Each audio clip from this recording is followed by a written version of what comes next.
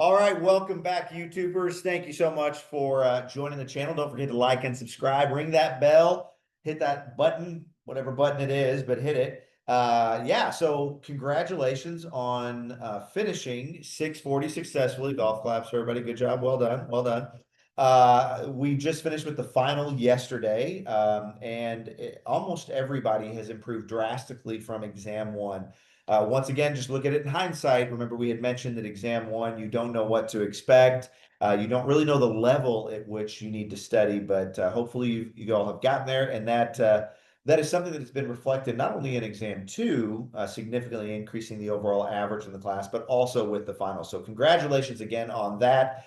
And we are excited to have you all jump right into, yes, the next course, which is 641. Now, 641 is going to go over cardiac first, so cardiac physiology, which is going to be the topic of the podcast today. And then we will be going over at 641 after cardiac, we'll be doing body fluids. And then after body fluids, we'll be doing circulation. So a little bit of a heads up before we start this podcast. When you compare 640 to 641, 641 has content in it that is more challenging as a whole than 640. So make sure that you are studying regularly, that you are following the guidelines, sort of our suggested timeline for completion of the program on a weekly basis. Remember, it is imperative that you do not get behind in the coursework as you're going through it. Do a little bit each day, a little bit every other day, whatever is going to fit your schedule. Please make sure to do that. We do this podcast. We have exam-like questions. We have the quizzes. Also, another announcement in that same light, the microvids, right? We had students complete the microvids, but as we sort of anticipated, unfortunately, is that the majority of students did them at the very end, right? And they were rushed and uploaded. We would like to see less of that in 641, right? We'd like to see you go and take the time. Once again, not only is microvids good for allowing you to solidify concepts in your mind, but other students watching the microvids, it helps them solidify concepts in their mind, right? So if we wait to the very end, then it doesn't really benefit anybody to do that, because you feel rushed, and then the people, your other classmates who are watching it, they don't even have a time to watch it and benefit from it because they're just trying to get it done, right? So please make sure you're proactive in scheduling those microvids to be uploaded sooner rather than later. Okay, Haley, what else do we have? I can't read. I don't have my bifocals on. What court? Let's see what else. Overview. Yeah. So Cardio. we're going into cardio here soon, which is oh yeah, when does it open, right? Amy, what a great question. When does cardio open, Amy? Cardio today, this morning. Yeah, hey, mazel tov. Cardiac open this morning. Yes, that's it. Thank you, Amy, for that blistering news report on that announcement, right? So cardiac open today. Amy, how many modules about does cardiac have? And is it going to be the same as the module progression with the other content in 640? So there are 26 OLMs. Not all of them are modules. I believe it has 9 parts or 8 parts. 9 parts. Okay. So it is going to be longer. Circulation is even longer. So you guys need to make sure that you're actually setting aside time to go through these modules, because there are more. And before we get into cardiac, let's talk about, just briefly, a couple minutes here. What are your all's impression? You all went through this course. I teach this in the medical, dental, and graduate, but I have a sort of a professor's perspective, and I have decades, if you will, of experience with gaining understanding, even in the nuances of these areas. But you really learned this for the first time in depth at, for the master's program last year. So what are your all sort of takeaways from cardiac, body fluids, and circulation? We'll start with Dom here, and here's Dom Scootin. Don't be a stranger. There you go. So for cardio, it is really just an amalgamation of a lot of things that you've learned previously. Like, it takes into consideration lots of aspects from membranes, action potentials, and muscle, and it puts it together in just a new light that you really see the basis for what you learned in 640 and how it all comes together and working with the heart. And like one thing about the heart is it wasn't like impossible to learn, but it was more difficult to learn than the previous modules just because it's more complex and the just the combination of so many factors like electrical, mechanical, and just spending more time with the content. That's why we recommend, working through it little by Right, little, right. because it's a lot, but it's very attainable as well. So what I hear you saying is that it is the next sort of step up Yeah, in yeah, the yeah. program. And do you feel that your experience through 640 sort of set the stage or prepared you and it sort of equipped you with Oh, the absolutely. understanding Yeah. in terms of, the difficulty level, right? Yeah, So, okay, absolutely. good. That's Haley, like- no, go ahead. You gotta say that's what? No, I was just saying that like everything that you learn in 640 is going to be applied within cardio. Oh, 100%, That's why- right? A lot of these concepts, and in fact, I think you said this on an earlier podcast. You mentioned that the concepts in the earlier, content modules, they really were foundational for your understanding and comprehension to build upon for later ones. So it just built upon and built upon and built upon, so that when you did get to those sort of more complex, integrated, and detailed modules, that it was like you said, attainable, right? It was all right. Haley and Amy, what are your all's impressions of sort of cardiac and body fluid / circulation? Yeah, I'm gonna be 100% honest, and I'm gonna say, in my personal humble opinion, cardio and circulation were the hardest content areas for me throughout the entire program. And so I don't say that to scare you, but I say that to let you know that this is not something that you can cram, and you really, really need to look at a little bit every single day if you have the time. And if you don't understand something, reach out and have somebody just verbalize it to you so you can understand it that much more, because I definitely struggled with these, but once you understand them, it's really cool, and it makes understanding everything else, especially circulation, a lot easier, I think. Okay. Yeah. Yeah, no, and It's that's hard. that's a good, and that points to, it's a really good point, Haley, because it points to the fact that we are all the students that take these courses, go through the program, they are all going to have different answers as to what they found the most difficult. Now, maybe, I think everybody can agree that circulation is more difficult than action potentials, right? I think everybody can agree that, but specific content areas, you'll have other people who perhaps really thought cardiac and circulation were like, oh, those weren't necessarily the hard one, but renal was killer for me, right? So you don't know which one's going to be your hard one until you're going through it. So as Haley said, make sure that you are studying a little bit every day. Make sure that you're taking this seriously, right? If you did well in 640, fantastic. High five, right? Great job. Keep going. Do not let up, because the content is only going to get, I don't want to say more difficult to intimidate you, but it is going to get more detailed. And as Dom said, the physiological mechanisms that you need to understand are a little bit more complex and integrative. So I don't know if it's harder, but hopefully you've been prepared to meet that increased demand. So great word, Dom and Haley. Amy, what are your thoughts, perspective on cardiac, body fluids and circulation? So I agree with both of them. I also thought it was the hardest, but I also think that this unit is the most important. It comes up in every single elective that Yeah. you'll take, including clinical physiology, exercise, even metabolic syndrome. So yeah, understanding these is very important, because you'll see it throughout the entire program. Yeah. Heart volume, cardiac output is everywhere. Yeah, Haley thought that was funny. I don't know. It's funny because when she starts talking, she starts bouncing me around. It's like just keep going. Very good. Yeah. So, okay. Yeah, no, that's great. Like you said, it is, and that could be because U of L, right? We are a cardiovascular centered institution, right? Almost all of our research, not all, but a lot of our research goes into cardiovascular research. And so we tend to have electives, we tend to have a little bit more cardiac heavy, not skewed in any major way.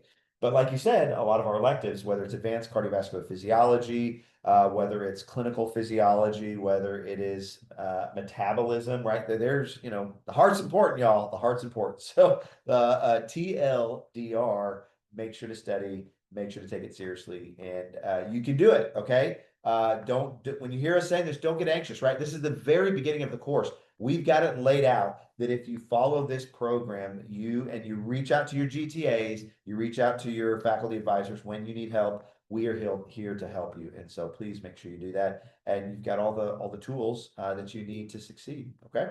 All right. Well, today the topic is, you guessed it, cardiac. But first, a word from our sponsors. Haley, take it away. We are sponsored today by Spooky Season Spontaneous Depolarization. Very, Wow. Okay. very good. I don't Very- have a okay, catchphrase and for them. thank you for a word from our sponsors, right? Very good. We are actively recruiting sponsors. If you would like to become a sponsor, please let us know. We can advertise your business or idea or whatever on our podcast, which is very popular because people have liked and subscribed it. So make sure to do that. Spooky heart syndrome is a real thing, so make sure that you are eating your Wheaties for breakfast, because that's what you do. Okay, all right. So cardiac. Let's just dive into cardiac. Dom is probably, we're going to be working on some of our other sponsors here coming up soon. But cardiac. Haley or Amy, what's the first topic we have for cardiac? What do we want to talk about? It's the heart, right? Yeah, the first thing we're going to talk about is the different kind of cells in the heart. So we're going to read about cells. Yes, cells are important. two big types. We've got nodal and we've got non-nodal. Non-nodal. Very descriptive, right? Yeah. Hey, Amy, what are nodal cells? Nodal cells are cardiac myocytes. Okay. So they are in the ventricles. They're They're in the ventricles and the atria, right? So the cardiac nodal cells are the cells that are going to conduct, right? They're going to, some of the characteristics of nodal cells is they're autorhythmic, right? So that means they self-depolarize. Remember in neuro, when we had one neuron right here and one neuron right here, and the neuron had to receive a signal going this way to the terminal bouton and another neuron to connect it, right? This second neuron normally doesn't just self-depolarize, right? It had to receive a signal from something else. Nodal cells can self-depolarize, right? So they are autorhythmic, right? They are the reason why when Amy sees her boo, her heart kind of goes, it kind of speeds up. That's right. And when Amy sees her boo, we don't know. She's hiding him. But when Amy sees her boo, and when they talk on the phone, and she's like, "Hey, boo," and the boo is like, "Hey, yourself, boo," right? Boo, get it, yeah, they're spooky sponsor. A little back to our sponsor, spooky cardiac something, right? But yeah, so we got autorhythmic nodal cells, right? And we have non-nodal cells. So the nodal cells, where are those found, Dom? What do we Nodal found? cells. So these are primarily within the sinoatrial node as SA well node, as yeah. the atrioventricular node. AV node, So, yeah. SA SA node and the AV node, right? The SA node is, and remember, we're not teaching the material, we're kind of reviewing it, or if you want to preview it. But the SA node, remember, is going to be the upper right atrium, and then the AV node is going to be in the sort of lower left portion of the right atrium, kind of in between the atria and the ventricles. And these are just a cluster of cells, right? You can't see them. If you were to open up the heart, right, which you don't, but if you were to your boo, right, and it'd be like, "Hey, point to my SA node." You couldn't really tell where it is, right? An electrophysiologist could tell, but not really anybody of note there. So you can't really see them, but they're a cluster of self-depolarizing cells. Now, Haley, what's the difference between the SA node and the AV node? Why do we, if the SA node is dubbed the pacemaker of the heart, why do we need two pacemakers if they're both clusters of nodal cells? So the SA node can go a little crazy with the signals. When you see your boo. Yeah. When you see your boo. So the AV node is there because it's gonna, when it receives that signal, it's gonna slow it down for just like a split second to make sure that the ventricles have time to fill. It's gonna help keep the Yes. rhythm that needs to be kept. Great. So you bring up a really good point. So both the SA node and the AV node can act as the primary pacemaker or as the pacemaker of the heart, right? The SA node acts as the primary pacemaker because those cells depolarize the fastest. They reach threshold the fastest. The AV node still self-depolarizes or can self-depolarize, but before the AV node can reach threshold, it receives a signal from the SA node in the internodal pathways and causes it to depolarize. And so the SA node acts as the main pacemaker of the heart. Now, you brought up a really good point. You said that the signal slows down when it hits the AV node. So if we're starting with signal transduction, which you need to know this, right? Starts in the SA node, goes through the internodal pathways, and basically those internodal pathways are spreading to the atria, right? Atria is plural, atrium is singular. So they're spreading in the right atrium and to the left atrium through a little anatomical bridge of nodal cells called, anybody know? Bachman's bundle. Bachman's bundle, very good. So it's going to move over to the left atrium through Bachman's bundle, depolarize that. Now, real quick question. Remember this, and I'm going to preface it with this statement. Remember that the nodal cells have internodal pathways, right? Those internodal pathways are going to be right next to muscle cells, the actual non-nodal cells of the heart. So those are going to depolarize too. So all the cells in the left and right atrium initially are going to depolarize. It's just that these nodal cells act as the pacemaker, they're autorhythmic, and the highway, the superhighway through which that charge, sort of this wave-like depolarization charge allows it to move through the atria.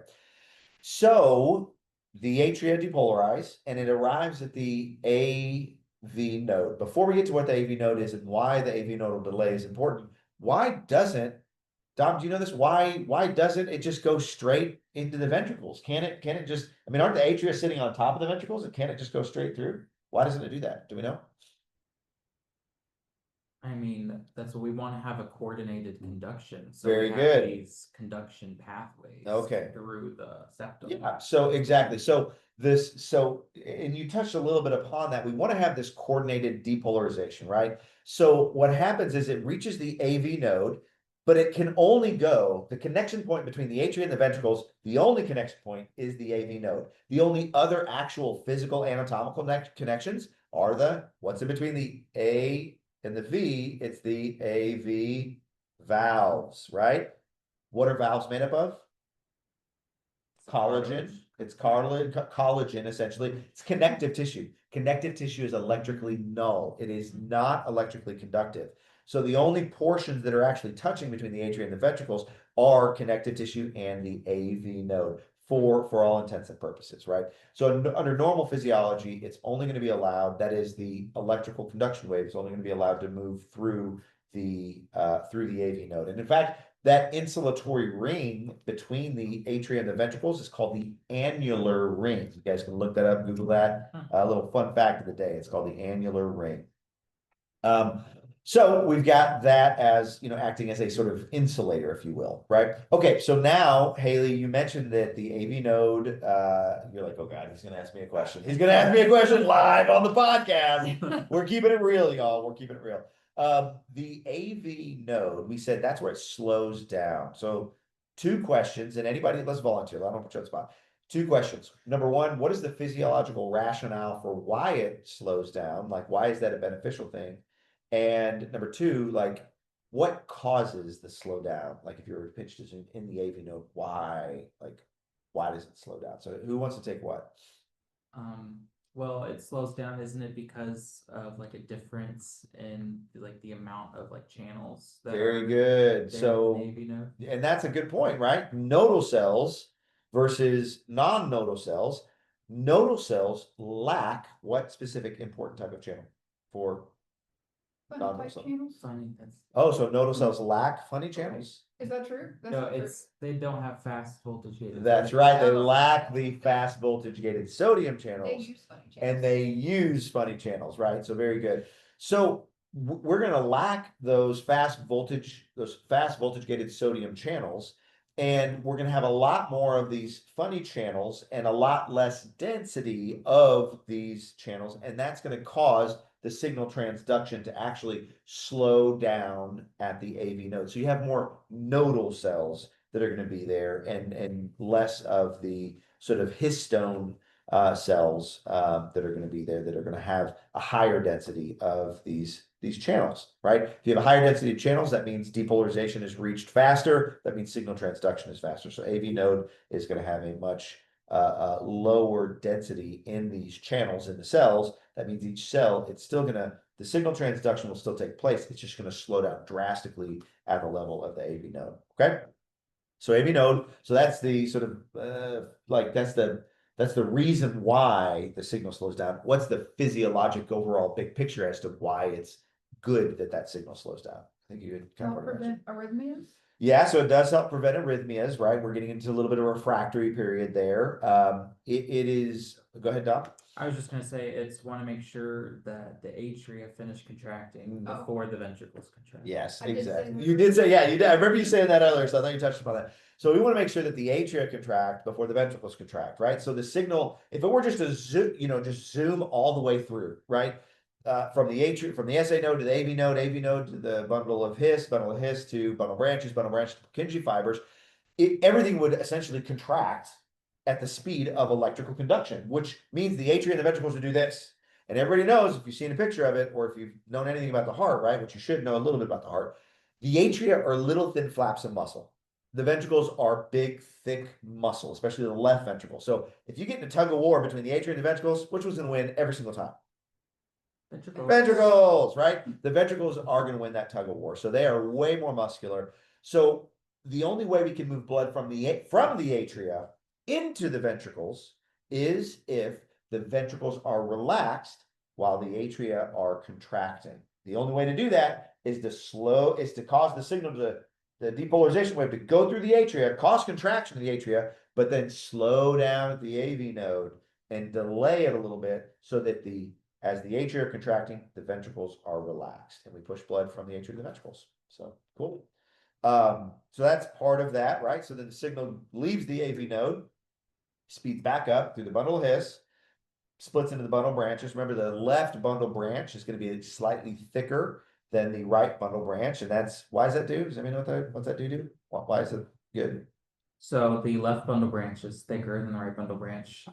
We have a faster conduction velocity because of this. Why do we need a faster conduction velocity? We have faster conduction velocity because the left ventricle is thicker. Yeah. So we have more muscle mass. That's exactly right. Polarized. That's exactly right. So we have more muscle mass, and we also remember that we have to generate, because the right ventricle is the right ventricle is the pump for the pulmonary circuit, okay, which is a low pressure, shorter circuit. The left ventricle is the pump for the systemic circuit, right, that goes to the body. That's a long, higher pressure circuit. So not only do we have more muscle mass that we need to contract, the reason why we have more muscle mass is because there's a higher pressure gradient that we have to develop. And so even though the left ventricle begins contraction earlier, it actually begins ejection slightly later because it has a lot more pressure to build up there. So yeah, fun fact of the day there. Take that to your cocktail parties, students, and that's a fun fact you can throw out to maybe find a boo of your own that will cause a little bit of cardiac acceleration, like when Amy sees her boo. Very good. Okay, so we've got the bundle branches, and then what's next after the bundle branches? We have anybody? Purkinje fibers. Yeah, and those are super fast conduction, great, super fast conduction, and they're going to finish that depolarization wave spreading throughout the heart. So once again, depolarization does occur from endocardium to epicardium, and it occurs from essentially the base of the heart, which is the top, right, down to the apex. Repolarization. So these cells have to repolarize, but repolarization is a lot less coordinated, right? It occurs from epi to endo, that is epicardium to endocardium, and it's a lot less coordinated and does not utilize a conduction pathway. Okay, so that's the conduction pathway is mainly for depolarization wave, not repolarization wave. All right, I think we've covered that. We beat that dead cow, right? We're gonna keep on using it. We're going with it. We made that mistake. I made that mistake in episode 1. We're gonna keep on doing that. It should be a horse, but I said cow on accident. I got cow on the brain, right? So what can we look over here? What's the next thing we got to look at? What do we got to go over? Next, we can talk about ionic currents and action potential. You know what, Dom? I'm gonna go back here. I've been talking a little bit. I want you all, Dom and Haley, move in here. I'm gonna sit back, relax, Haley. and you all take the lead on. Take it. And remember, you don't have to reteach everything. We're just kind of going over it again, reviewing broadly. Go ahead. All right. So do you want to talk about nodal cell action potentials? I can talk about nodal cell Yeah. action potentials. Yeah. So in a nodal cell action potential, I don't have a graph to show you, but if we're looking at it, there's going to be 3 phases of it. It's just going to be like a little bump. You'll see it in your lectures. The first phase, we're going to start with phase 4, and phase 4 consists of the upstroke, right? That's maximal diastolic potential. That's our unstable resting membrane. Okay. So it's the unstable resting membrane potential before it reaches Yeah, threshold. before it reaches threshold. Before it reaches threshold. The next phase is going to be the upstroke phase 0. Mhm. 0. And that's gonna go up. And that's when we were talking about earlier in those nodal cells. Yeah, draw it. That's good. Those fast sodium channels, the sodium's coming in. Yeah. And so it's gonna depolarize spontaneously, I might add. Mm-hmm. And then our last phase is gonna be phase 3, which is gonna be repolarization. Yeah. And that's pretty much it. The nodal cells are pretty simple. All they're doing is keeping the pace of the heart through those currents. Yeah, rapid depolarization and rapid repolarization. Mhm. And then once this signal goes, and then we have our other action potential for non-nodal cells. These are cardiomyocytes. So these are the muscle that we learned about briefly at muscle physiology towards the end. They have a different sort of action potential trace. They don't have these funny channels. So their contraction is based mostly on, we have, sodium channels, but we also have these different types of calcium channels, which lead to our depolarization. And this calcium that's released, this is what is It increases the Control. contractility of the controls heart. our contraction. Because we all know that more Yeah. calcium creates a stronger contraction in the Yeah. heart. Inotropy. Yes. Yeah, that's a. Hashtag. Hashtag And so here we have 5 phases of our action potential. We have phase 4. This is non-nodal cells. They do have a resting membrane potential, Mhm. whereas the non-nodal cells Small don't. artist. So Okay. so we got our phase 4, and then we got our rapid depolarization, our phase 0. We have our initial repolarization. I don't know if you can. Oh, yeah. There we go. Our initial repolarization because of these transient potassium channels. Why is it flat at the top? That's our plateau phase. So this is where we have our latent type calcium channels. So the calcium channels, they're kind of slow. Like we have our initial depolarization because of sodium, but then we've also got these calcium channels that are opening, and they're slow to open, and we eventually see their effect in the plateau phase where we have calcium influx going against sodium efflux. And then once we have like contraction, then we have the rest of our repolarization due to potassium efflux as the calcium permeability decreases. And we're back to Beautiful. resting membrane potential. That's very beautiful. Yeah, you're going to see these 2 graphs a lot, and you're going to have to know all of those channels and all the things that they do. So it's Mhm. very important that you know them, learn them. Amazing. Well done. Well done. I could add stuff, but I'm not gonna. Because I'm not teaching this. We're going over this again, right? That's what we have the modules for. So, all right, what's next, Dom? What do we have? Next. Well, hold on. Listen. Does Amy want to add? Does Amy want to add anything in? We're all waiting with bated breath for something very profound. What is the profound aspect that you wanted to add, Amy? Those were great drawings. Great It's drawing. very- That's very good. Yes, very good. Refractory period? We just Very think about good. refractory What does that even mean, Amy? What's a refractory period? Oh gosh. I can tell you the difference between absolute and relative refractory There's period. 2 refractory periods? Yes, What there the? are. So these determine if there will be an action potential. So an absolute refractory period, there is no way for an action potential to be generated, no matter how strong the impulse is. Wait, even if I give another impulse and it's really, really strong, you're telling me that during the absolute refractory period, there cannot be another action potential? Exactly, Dr. What? That is perfect. Crazy. And then in relative refractory period, if there is a large enough stimulus, then an action potential will be generated. Hashtag super stimulus, right? If there's a larger than normal or enough to bring some of the cells that are closed back open. That brings up a really good point. Well, first of all, thank you. Let's give a round of applause. Very good thing. That brings up a good point with refractory period. When we're talking about refractory period in general, there is something unique about the fast voltage gated sodium channels, right? We have an understanding that most channels can be open or closed, right? And that's true. Now they open up at various speeds and whatever else. Whether you talk about calcium, potassium, the non-specific cation channel, aka the funny channel that contributes to the unstable resting membrane potential in nodal cells. But with the fast voltage gated sodium channels, they actually have 3 different statuses that they could be under, right? They have 3 different conformations, if you will.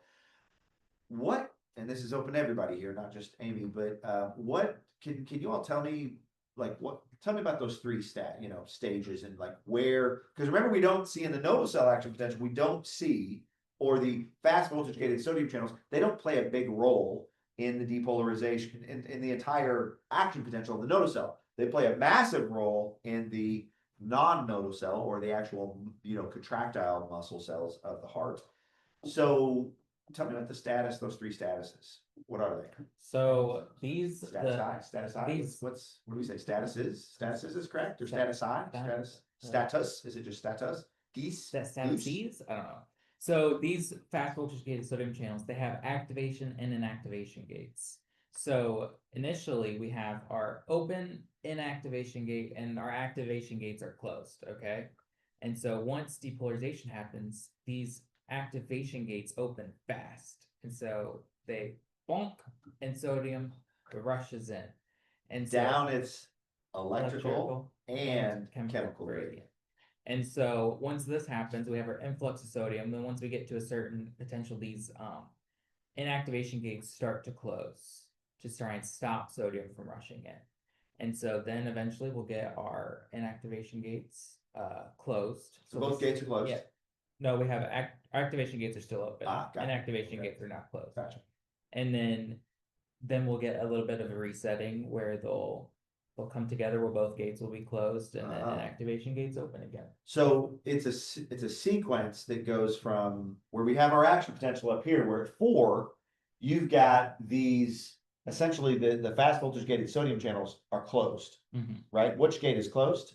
The activation gate. So the activation gate is closed. And then when this cell receives a signal from another cell, right where you see the upshoot right there, where we go from phase 4 to phase 0, then you have these fast voltage gated sodium channels open, right? So it's the activation gate and the inactivation gate are both open, right? So sodium rushes down its electrical and chemical gradient into the cell. When a certain threshold is reached, right, then you have the inactivation gate is going to close, right? So the overall status goes from when it's 4, it's going to go to closed.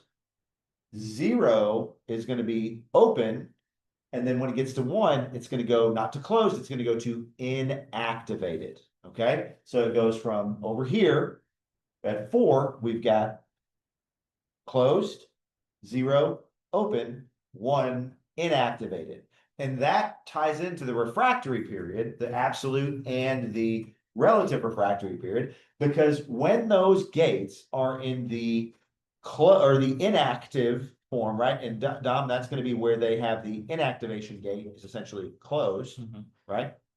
When that inactivation gate is closed, they can't go from inactivated, right? Those sodium channels to open. They have to go to closed. So think of it as a triangle, right? So they go from open, or they go from closed to open to inactive, and they can't go from inactive to open. They have to go from inactive to closed and then to open, right? And so there are two gates involved. Once again, we're not going to reteach this, but we're hopefully you've gone through the modules and you're watching this to help re-solidify these ideas. But yes, and so that kind of goes back to what Amy was saying about the relative refractory period and the absolute refractory period. With the absolute refractory period, you have the majority of those gates, those fast voltage gated sodium channels, they're going to be in the inactive state, and there's not enough of them that have moved to the closed state, so that if they do receive a stimulus, no matter how big, that they can move to the open state. There's just not enough of them, right? But as you had mentioned, Dom, that they're going to slowly, I mean, we say slowly, they will transition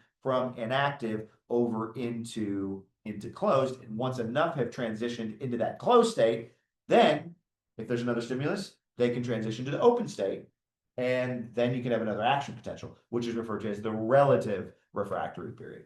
Very good. Okay, good job, y'all. All right, what next? What next, Dom?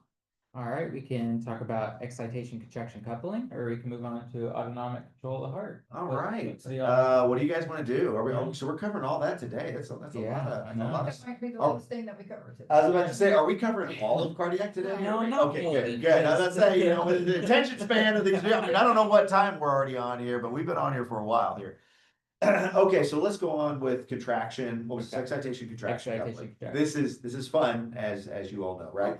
Yeah, there it is. There's the enthusiasm. There's the excitement, excitation. So this is really cool. So excitation, when we think of excitation, we think of signal transduction, right? So it's like electricity. That's what we think about.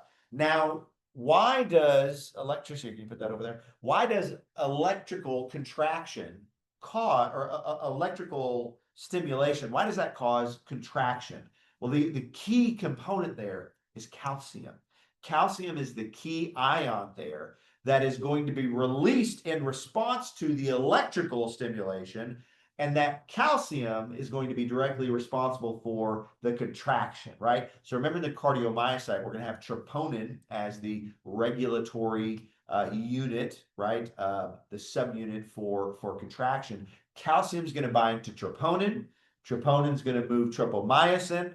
Tropomyosin once moved, because tropomyosin's on actin, right? Once tropomyosin's moved out of the way, then the myosin head and the actin can bind to the active site on actin, and you get contraction of the sarcomere and therefore shortening of the muscle cell, right? So that is with, and we're glossing over it, right? But remember, we're not reteaching this, we're reviewing it. It's the excitation contraction coupling, or excitation contraction. Calcium is the key molecule there. There are a lot of other key players, such as when we're talking about the depolarization wave with cardiomyocytes. The depolarization wave moves down the T-tubule, right? These are like invaginations or channels, invaginations of the sarcolemma or the muscle cell lipid bilayer that go into the muscle cell, so that the electrical depolarization wave can move much faster and deeper into the tissue, so you get a more coordinated and fast contraction, right? It's going to go there. Then what type of channel is going to be in the T-tubules? Do you guys know? Anybody?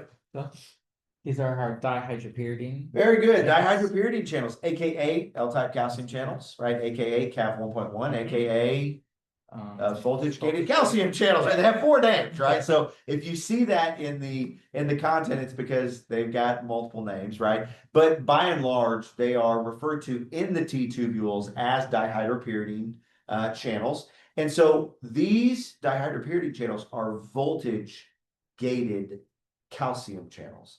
Voltage gated means that they open up in response to a voltage change. What voltage change? The depolarization wave moving down the T-tubules, right? So they're going to sense this voltage change. They're going to open up. Where's calcium higher? Calcium's higher on the outside of the cell than it is on the inside of the cell. Calcium's going to rush in.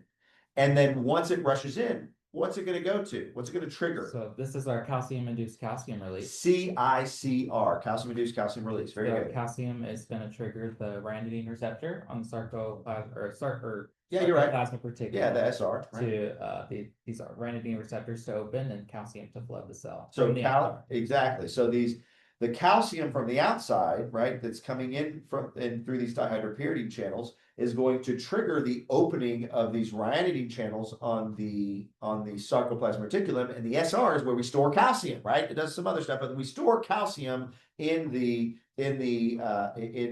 muscle cell, right? And so once those ryanodine receptors open, the calcium that's stored in the SR will flood not out of the cell into the intracellular space, that is the cytosol or cytoplasm, and that's going to increase calcium inside the cell by an order of magnitude, right? By multiplied by 1,000, right?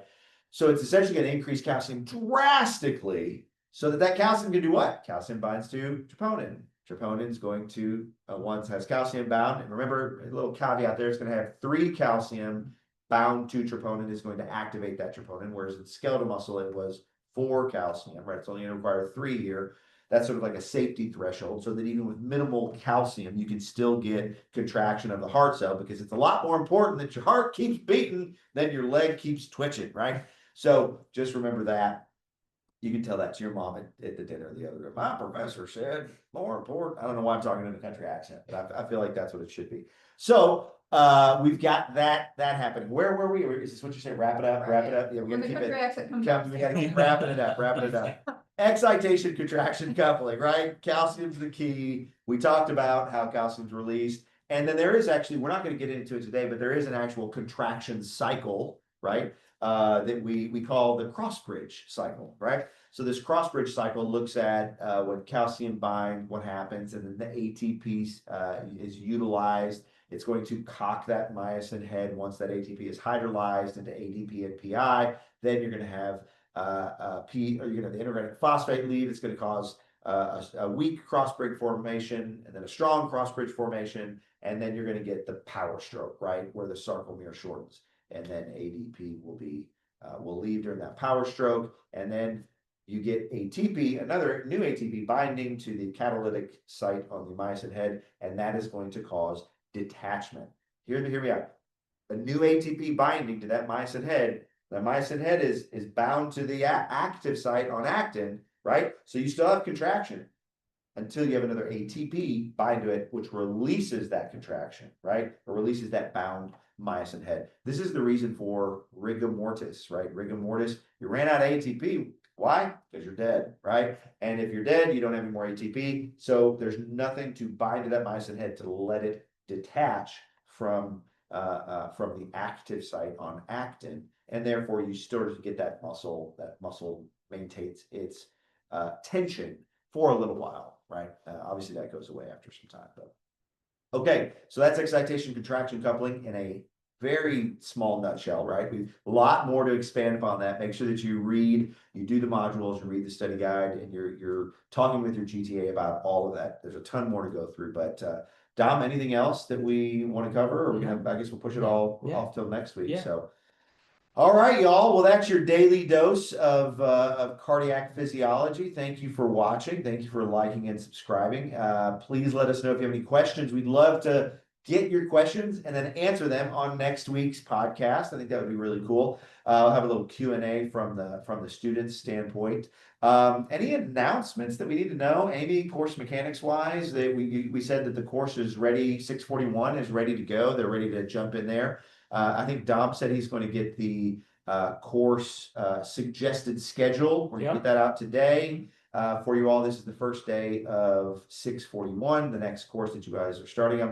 We're talking, we're assuming most of you probably are not going to start it today, but rather sometime this week, and give you guys a little bit of break because you just took the final for 640 yesterday. So but yeah, we are here to help. Please reach out, and like we always end it, stay cool, stay in school, and don't do drugs. We'll see you all next time. Thanks so much.